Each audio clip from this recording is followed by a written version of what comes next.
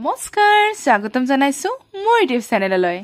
আজিৰ ভিডিঅ'ৰ বিষয়বস্তু বছৰীয়া পৰীক্ষা 2023-24 বৰ্ষৰ চতুৰ্থ শ্ৰেণীৰ অসমীয়া বিষয়ৰ প্ৰশ্ন কাকতখন এই ভিডিঅ'টোৰ জৰিয়তে চতুৰ্থ শ্ৰেণীৰ অসমীয়া বিষয়ৰ প্ৰশ্ন কাকতখনৰ আটাইবোৰ প্ৰশ্ন উত্তৰসহ আৰু লগতে কোনটো প্ৰশ্ন কোনটো পাঠৰ পৰা দাঙি ধৰা হৈছে আটাইবোৰ এই ভিডিঅ'টোৰ জৰিয়তে দেখাই দিয়া হ'ব আৰু এতিয়াৰ পৰা বছৰীয়া পৰীক্ষা 2023-24 বৰ্ষৰ প্ৰায়বোৰ শ্ৰেণীৰে প্ৰশ্ন কাকত এই চেনেলটোৰ জৰিয়তে পাবলৈ সক্ষম হ'ব তেন্তে মোৰ চেনেলটোলৈ যদি নতুনকৈ আহিছে তেতিয়াহলে সাবস্ক্ৰাইব কৰিব আৰু যদি এইটো ভিডিঅ' চাই ভাল লাগে তেন্তে লাইক কমেন্ট শেয়াৰ কৰিব আৰু প্ৰত্যেকটো ভিডিঅ'ৰ নটিফিকেশন পাই থাকিবৰ কাৰণে নটিফিকেশন বেল আইকনটো ক্লিক কৰিবলৈ নাপাহৰিব তেন্তে আহকচোন পলম নকৰি ভিডিঅ'টো আৰম্ভ কৰো প্ৰশ্ন কাকতখনৰ প্ৰথমতে দিয়া আছে যে বছৰীয়া পৰীক্ষা 2023-24 বৰ্ষ শ্ৰেণী চতুৰ্থ বিষয় অসমীয়া সময় থাকিব 3 ঘণ্টা আৰু মুঠ নম্বৰ থাকিব 100 এক নম্বৰ প্ৰশ্নটো আমাক দিছে একোটিকৈ বাক্যত উত্তৰ লিখা অৰ্থাৎ উত্তৰবোৰ একোটা বাক্যত অৰ্থাৎ এটা বাক্যত লিখিবলৈ দিছে ক প্ৰশ্নটো আমাক দিছে ভাৰতীয় শাস্ত্ৰমতে পৃথিৱীখন ক'ত অৱস্থিত এই প্ৰশ্নটো দাঙি ধৰা হৈছে পাঠ নং 11 অৰ্থাৎ 11 পাঠত কোনটো আছিলে ইয়াতে মাৰিলু টিপা পাঠটিৰ পৰা এই প্ৰশ্নটো লোৱা হৈছে মই এতিয়া এই প্ৰশ্নটোৰ উত্তৰ লিখি ৰাখিছো মই পৃষ্ঠা এখনৰ পৰা দেখুৱাবলৈ চেষ্টা কৰিছো আমাক প্ৰশ্নটো দিছিল যে ভাৰতীয় শাস্ত্ৰমতে পৃথিৱীখন ক'ত অৱস্থিত ইয়াৰ উত্তৰ হ'ব ভাৰতীয় শাস্ত্ৰমতে পৃথিৱীখন এডাল সাপৰ মূৰৰ ওপৰত অৱস্থিত যোৱা বছৰ যদি ভাৰতীয় শাস্ত্ৰমতে দিছে এইবাৰ হয়তো বেলেগো দিব পাৰে হেহে আমি প্ৰত্যেকটো প্ৰশ্ন ভালদৰে পঢ়িব লাগিব আমাক খ প্ৰশ্নটো দিছে থোপ খেলৰ খাইৰ কাম কি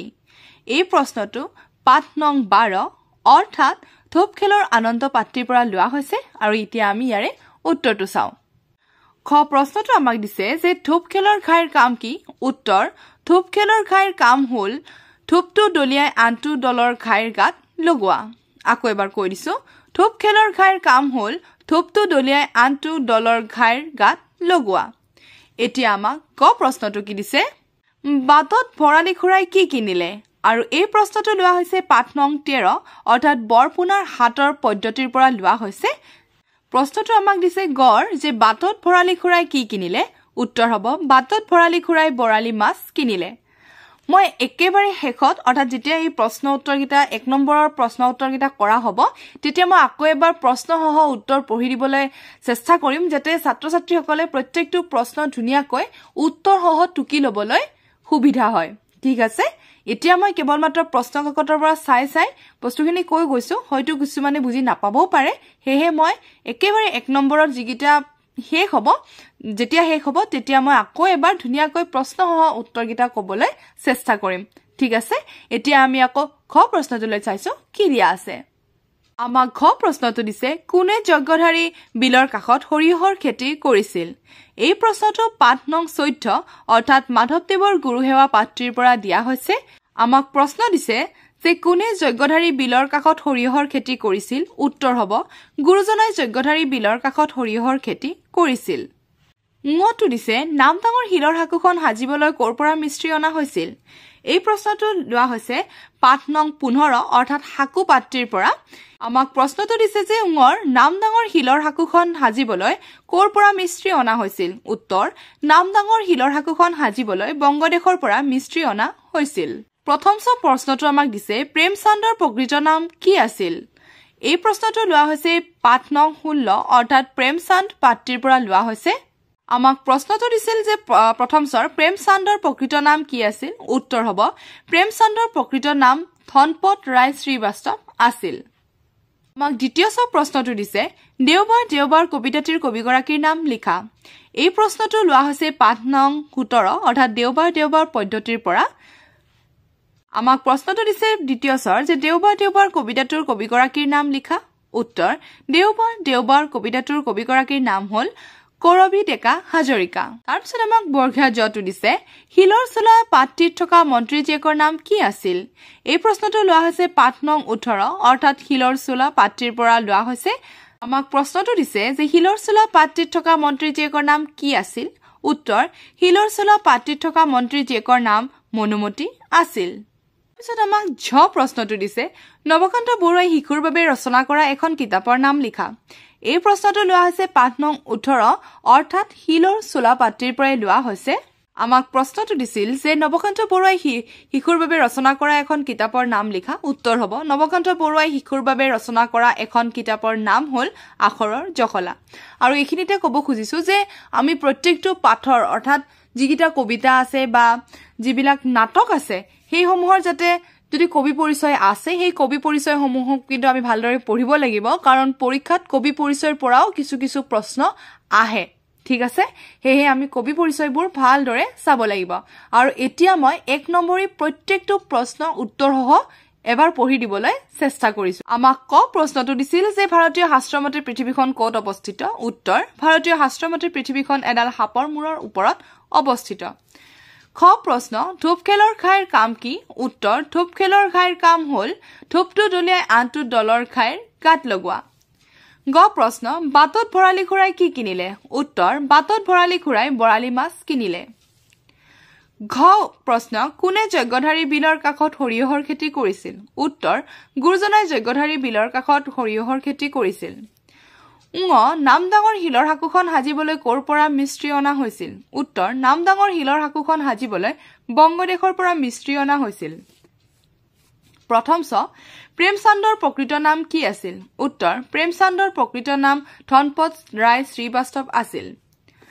দ্বিতীয় ছ দেওবাৰ দেওবাৰ কবিতাটোৰ কবিগৰাকীৰ নাম লিখা উত্তৰ দেওবাৰ দেওবাৰ কবিতাটোৰ কবিগৰাকীৰ নাম হ'ল কৰবী ডেকা হাজৰিকা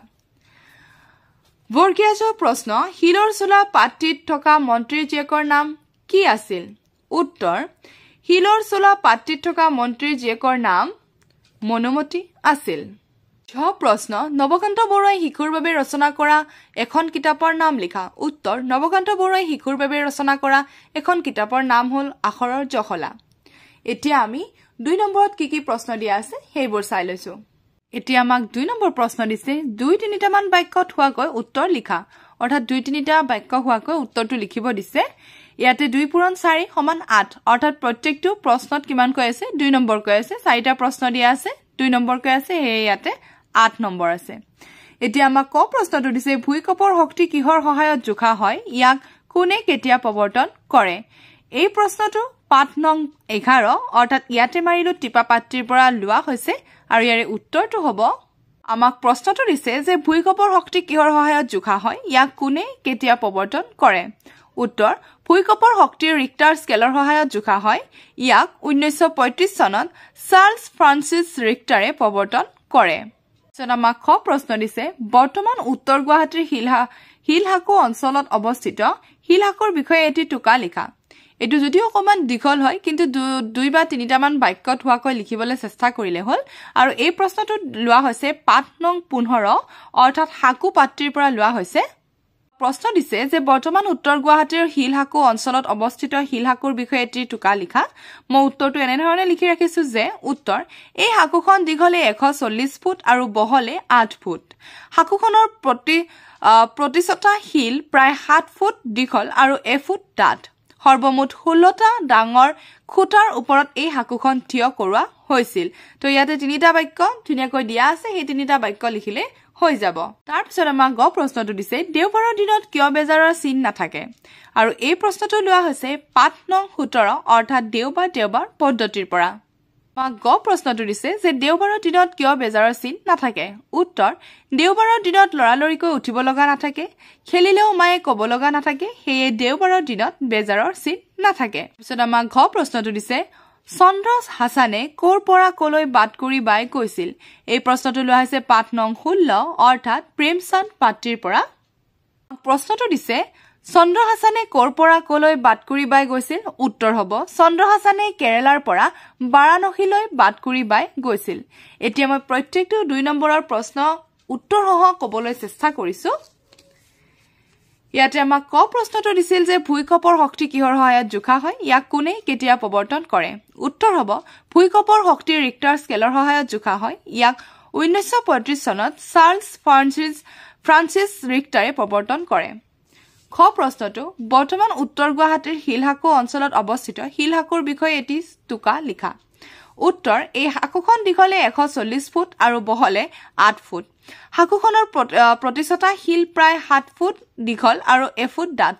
সৰ্বমুঠ 16টা ডাঙৰ খুঁটাৰ ওপৰত এই হাকুখন থিয় কৰোৱা হৈছিল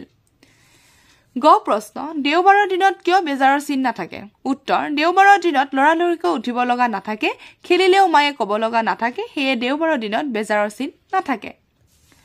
খ প্ৰশ্ন চন্দ্ৰহাছানে কৰ পৰা কলৈ বাটকুৰি বাই গৈছিল উত্তৰ চন্দ্ৰহাছানে কেৰালাৰ পৰা বাৰাণসীলৈ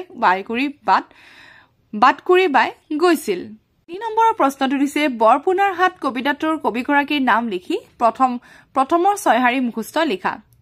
ইয়াতে কবিতাটোৰ কবিগৰাকীৰ নাম লিখিব দিছে আৰু লগতে কবিতাটিৰ 6 শাৰী লিখিব দিছে এটো সকলোৰে কিতাপত ধুনীয়াকৈ দিয়া আছে হেতু নিজে নিজে চেষ্টা কৰিলে হ'ব এতিয়া আমাক 4 নম্বৰ দিছে শুদ্ধ নে অশুদ্ধ লিখা ক প্ৰশ্নটো দিছে আমাক পৃথিৱীৰ ভিতৰভাগ অত্যন্ত গৰম এটো হ'ব শুদ্ধ মাধৱদেৱে শংকৰদেৱক মৰমতে বৰাৰ পু বুলি মাতিছিল এটো হ'ব অশুদ্ধ গ প্ৰশ্ন স্বৰ্গদেউ ৰুদ্ৰসিংহৰ ৰাজত্বকালতে দৰিকানৰ ওপৰত এখন হিলৰ হাকু সজোৱা হৈছিল এটো হ'ব অশুদ্ধ আৰু ঘ প্ৰেমচান্দে সদায় সহজ সৰল জীৱন কটোৱাতে গুৰুত্ব দিছিল এটো হ'ব শুদ্ধ মই প্ৰত্যেকটো প্ৰশ্নৰ উত্তৰ লিখি ৰাখিছো পৃষ্ঠাখনৰ পৰা যেহেতু আমি গম পালো প্ৰথমটো হ'ব শুদ্ধ তাৰ পিছতটো অশুদ্ধ আৰু লগতে ঘটো হ'ব শুদ্ধ তথাপিও বাৰু এবাৰ দেখাই দিছো যাতে ছাত্ৰ ছাত্ৰীখিনিৰ কোনো ধৰণৰ অসুবিধা নহয় শুদ্ধ অশুদ্ধ আমাক লিখিব দিছিলে 4 ক পৃথিৱীৰ ভিতৰভাগ অত্যন্ত গৰম এইটো হ'ব শুদ্ধ খ মাধৱদেৱে শংকৰদেৱক মৰমতে বৰাৰ পু বুলি মাতিছিল এইটো হ'ব অশুদ্ধ প্ৰশ্ন স্বৰ্গদেউ ৰুদ্ৰসিংহৰ ৰাজত্বকালতে দৰিকানৰ ওপৰত এখন হিলৰ হাকু সজোৱা হৈছিল এইটো হ'ব অশুদ্ধ ঘ প্ৰেমচান্দে সদায় সহজ সৰল জীৱন কটোৱাতে গুৰুত্ব দিছিল এইটো হ'ব শুদ্ধ এতিয়া আমাক নেক্সট কি দিছে হেতু চাই লৈছো এতিয়া আমাক 5 নম্বৰ প্ৰশ্ন দিছে কোনে কাক কৈছিল লিখা ক ও খুৰা ইমান মজাৰ খেল ভাই এই কথাষাৰ কোনে কাক কৈছিল হেখিনি লিখিব দিছে মই লিখি ৰাখিছো তাৰ পৰা দেখাবলৈ চেষ্টা কৰিছো প্ৰশ্নটো আমাক দিছিল ও খুৰা ইমান মজাৰ খেল ভাই উত্তৰ উক্ত কথাষাৰ গুটেইজাক লৰা ছোৱালীয়ে তপন খুৰা কৈছিল এইটো হ'ব ইয়াৰে উত্তৰ তাৰ পিছত আমাক খটো দিছে আপোনাৰ টিকট কত এই খাৰ কথা কোনে কৈছিলে যে উত্তৰ উক্ত কথাষাৰ কেন্টিনৰ স্বেচ্ছাসেৱকজনে প্ৰেমচান্দক কৈছিল তাৰ পিছত আমাক গ প্ৰশ্ন দিছে হিলৰ চুলা কি হিলৰ চুলা মই একো বুজা নাই এই কথাষাৰ কোনে কৈছিল উত্তৰ উক্ত কথাষাৰ মন্ত্ৰী জীয়ৰী মনোমতীয়ে মন্ত্ৰীক কৈছিল তাৰ পিছত আমাক দিয়া আছে তলৰ শব্দবোৰৰ একোটিকৈ অৰ্থ লিখা অৰ্থাৎ এটাকৈ অৰ্থ লিখিব দিছে আখ্যান ৰগৰ ব্যাকুল লেঠা মই লিখি ৰাখিছো আখ্যান হলে কাহিনী হ'ব বা সাধু হয় ৰগৰ আনন্দ ব্যাকুল অতিশয় আকুল লেঠা আহুকালে তো এইখিনি আহুকাল তো এইখিনি ধুনীয়াকৈ লিখিবলৈ চেষ্টা কৰিলে হ'ল তাৰ পিছত আমাক 7 নম্বৰ প্ৰশ্ন দিছে বাক্য ৰচনা কৰা খাদ্য সামগ্ৰী সেৱা শুশ্ৰূষা অজৰ অমৰ আঠে বেটে মই লিখি ৰাখিছো খাদ্য সামগ্ৰী বনভোজত যাওঁতে খাদ্য সামগ্ৰী লৈ যোৱা হৈছিল সেৱা শুশ্ৰূষা গুৰুজনক সেৱা শুশ্ৰূষা কৰিব লাগে অজৰ অমৰ মানুহে নিজৰ কামৰ দ্বাৰাহে অজৰ অমৰ হ'ব পাৰে আঠে বেটে তেওঁ লৰাটোক আঠে বেটে তুলি লৈছিল তাৰ পিছত আমাক 8 নম্বৰ প্ৰশ্ন দিছে তলৰ বাকচত থকা উপযুক্ত শব্দৰে খালি ঠাই পূৰ কৰা ইয়াতে আমাক কেইটামান খালি ঠাই পূৰ কৰিবলৈ দিছে বাক্য কেইটামানত ইয়াতে খালি জাগা ৰৈ গৈছে নহয় সেইখিনিত আমাক এই কিটা শব্দ কোনটো হয় বহুৱাব দিছে মই লিখি ৰাখিছো কলিং বেলৰ শব্দত খকমককৈ হাৰ পালো মানুহজনৰ হোৱাৰ লগে লগে পুৰণি বিছনাখন কেৰ কেৰকৈ উঠিল আমাৰ ককাই আজিকালি থৰক বৰককৈ খোজ কাঢ়ে ৰত্নাই ঘৰৰ দুৱাৰত টক টককৈ টুকুৰিয়াই দিলে তো এইকিটা আছিলে তাৰ পৰা বাছি উলোৱা খালি ঠাই পূৰ কৰা তাৰ পিছত আমাক 9টো দিছে এটা শব্দত প্ৰকাশ কৰা ক আনৰ ভাল দেখিব নোৱাৰা লোক খ মাছ মাৰি জীৱিকা নিৰ্বাহ কৰোতাজন গ গানৰ সুৰ দিয়ে যিয়ে খ নতুন বস্তুৰ উদ্ভাৱন কৰে যিয়ে নৰক প্ৰশ্ন আনৰ ভাল দেখিব নোৱাৰা লোক চকু চৰহা মাছ মাৰি জীৱিকা নিৰ্বাহ কৰোতাজন পোহাৰী গানৰ সুৰ দিয়ে যিয়ে সুৰকাৰ নতুন বস্তুৰ উদ্ভাৱন কৰে যিয়ে উদ্ভাৱক বিপৰীত অৰ্থবোধক শব্দ লিখা কামিলা সহায় নতুন নিজৰ কামিলা হলে অকামিলা সহায় হলে অসহায় নতুন হলে প্ৰাচীনো হ'ব পুৰণাও হ'ব পুৰণিও হ'ব আৰু নিজৰ হলে পৰৰ তাৰ পিছত আমাক দিছে 11 নম্বৰ উদাহৰণত দেখুৱাৰ দৰে লিখা শুক্লজী পক্ষ শুক্লপক্ষ উৰাজী জাহাজ উৰাজাহাজ মৰুজী ভূমি মৰুভূমি ৰজাৰজী সভা ৰাজসভা দুষ্টজী বুদ্ধি দুষ্ট বুদ্ধি মই লিখি ৰাখিছো উত্তৰসমূহ দেখুৱাবলৈ চেষ্টা কৰিছো উৰাজী জাহাজ উৰাজাহাজ মৰুজী ভূমি মৰুভূমি ৰজাৰজী সভা ৰাজসভা দুষ্টজী বুদ্ধি দুষ্ট বুদ্ধি তাৰ পিছত দিছে উদাহৰণত দেখুৱাৰ দৰে খালি ঠাই পূৰ কৰা প্ৰতিযোগ দিন প্ৰতিদিন আৰু এনেকুৱা ধৰণৰ শব্দ লিখিব দিছে মই লিখি ৰাখিছো প্ৰতিযোগকাৰ প্ৰতিকাৰ প্ৰতিযোগ বিম্ব প্ৰতিবিম্ব প্ৰতিযোগ স্থিত প্ৰতিষ্ঠিত প্ৰতিযোগ ফলন প্ৰতিফলন 13 নম্বৰটো দিছে আমাক তলত দিয়া শব্দবোৰৰ একোটিকৈ সমাৰ্থক শব্দ লিখা এই প্ৰত্যেকটো শব্দৰে একোটিকৈ সমাৰ্থক শব্দ লিখিব দিছে অসুখ ভৰি দেউতা ৰচি ইয়াতে মই লিখি ৰাখিছো অসুখ অশান্তি ভৰি চৰণ দেউতা পিতৃ ৰচি জৰি তাৰ পিছত আমাক দিছে উদাহৰণত দেখুৱাৰ দৰে বহুবচন বুজোৱা শব্দ লিখা হি হিহত মই আমি তেওঁ তেওঁলোক তেখেত তেখেতসকল তুমি তোমালোক মই লিখি ৰাখিছো মই হলে কি হ'ব আমি মই আৰু মই যদি গুটেবিলাককে একেলগ কৰি লওঁ তেতিয়া হলে কি হৈ যাম আমি হৈ যাম তেওঁ তেওঁলোক তেখেত তেখেতসকল তুমি তোমালোক পিছত আমাক 15 নম্বৰ দিছে তলৰ হাতৰ দুটাৰ উত্তৰ লিখা ক ইয়াতে মাৰিলো টিপা গড়গাঁও পালেগৈ হিপা ইয়াৰে উত্তৰ হ'ব টেলিফোন খ ব্ৰহ্মাই সৃজিলে এনে এটি গুটি বাকলি নাই তাৰ খাবও নোৱাৰি এয়া হ'ব শিলগুটি তাৰ পিছত আমাক দিছে তলৰ যিকোনো এটি বিষয় বাছি লৈ এখন ৰচনা লিখা ক দূৰদৰ্শনৰ উপকাৰিতা আৰু অপকাৰিতা আৰু খ ধান খেতি এই ৰচনা দুখনৰ প্ৰায় দুখনেই বিদ্যালয়ত দিয়া হ'ব যি ধৰণে দিয়া হয় অৰ্থাৎ ছুটিকৈও দিব পাৰে কিছুমানে অকমান দীঘলকৈও দিব পাৰে অৰ্থাৎ বিদ্যালয়ত যি ধৰণে দিয়া হয় সেই ধৰণে লিখিবলৈ চেষ্টা কৰিলে হ'ল ঠিক আছে আমাৰ অসমীয়া মেইন বুকৰ পৰা প্ৰায়বোৰ প্ৰশ্ন উত্তৰ আলোচনা কৰা হ'ল এতিয়া আমি দুটা পাঠলৈ আহিছো দুটা পাঠৰ প্ৰথমটো প্ৰশ্ন দিছে যে একোটিকৈ বাক্যত উত্তৰ লিখা ক প্ৰশ্নটো দিছে চুৰে মানুহ ঘৰত কেনেকৈ চুৰ কৰিছিল আৰু এই প্ৰশ্নটো লোৱা হৈছে পাঠ নং 9 পৰা অৰ্থাৎ যিখন সাধু কিতাপ আছে সেই সাধু কিতাপৰ পাঠ নং 9 পৰা লোৱা হৈছে ইয়াৰে উত্তৰ হ'ব চুৰে মানুহ ঘৰত হিন্দী দি চুৰ কৰিছিল এবাৰ প্ৰশ্নটোৰ হৈতে উত্তৰটো ক'বলৈ চেষ্টা কৰো যে ক প্ৰশ্নটো আমাক দিছে চুৰে মানুহ ঘৰত কেনেকৈ চুৰ কৰিছিল উত্তৰ চুৰে মানুহ ঘৰত হিন্দী দি চুৰ কৰিছিল তাৰ পিছত আমাক প্ৰশ্নটো দিছে হৰবজানৰ কথা মতে হাদৈ কুঁৱৰীয়ে হাৰডাল নি ক'ত থৈছিলগৈ আৰু এই প্ৰশ্নটো লোৱা হৈছে পাঠ নং 10 পৰা আৰু ইয়াৰে উত্তৰ হ'ব হৰবজানৰ কথা মতে হাদৈ কুঁৱৰীয়ে হাৰডাল নি ৰজাৰ হাত নিপেৰাত সোমাই থৈছিলগৈ আকৌ এবাৰ প্ৰশ্নটোৰ হৈতে কৈছো যে হৰবজানৰ কথা মতে হাদৈ কুঁৱৰীয়ে হাৰডাল নি ক'ত থৈছিলগৈ উত্তৰ হৰবজানৰ কথা মতে হাদৈ কুঁৱৰীয়ে হাৰডাল নি ৰজাৰ হাত নিপেৰাত সোমাই থৈছিলগৈ তাৰ পিছত আমাক গ প্ৰশ্নটো দিছে বাঘ বাঘিনীহালৰ কেইটা পোৱালি আছিল এই প্ৰশ্নটো লোৱা হৈছে পাঠ 11 পৰা ইয়াৰে উত্তৰ হ'ব বাঘ বাঘিনীহালৰ দুটা পোৱালি আছিল প্ৰশ্ন হৈতে এবাৰ উত্তৰটো পঢ়াই দিছো বাঘ বাঘিনীহালৰ কেইটা পোৱালি আছিল উত্তৰ বাঘ বাঘিনীহালৰ দুটা পোৱালি আছিল তাৰ পিছত 18 নং প্ৰশ্ন কোনে কৈছিল কাক কৈছিল লিখা ক মোৰ হাতৰ মুঠিত কি আছে খ তহত তিৰোতাবোৰৰ যদি অকনো বুদ্ধি আছে কটো দিছিল যে মোৰ হাতৰ মুঠিত কি আছে এই উক্ত কথাষাৰ ৰজাই হৰবজানক কৈছিল খ প্ৰশ্ন তহত তিৰোতাবোৰৰ যদি অকনো বুদ্ধি আছে উত্তৰ উক্ত কথাষাৰ হিয়ালে বাঘিনীক কৈছিল তাৰ পিছত আমাক 19 নম্বৰটো দিছে সঁচানে মিছা লিখা ক ৰজাৰ ঘৰৰ পৰা সোণৰ হাৰ এডাল হেৰাইছিল উত্তৰ শুদ্ধ খ বাঘিনী অকলে চং হলাইছিল উত্তৰ অশুদ্ধ গ জৰদগব ৰজাক হুলত দিয়া হৈছিল উত্তৰ শুদ্ধ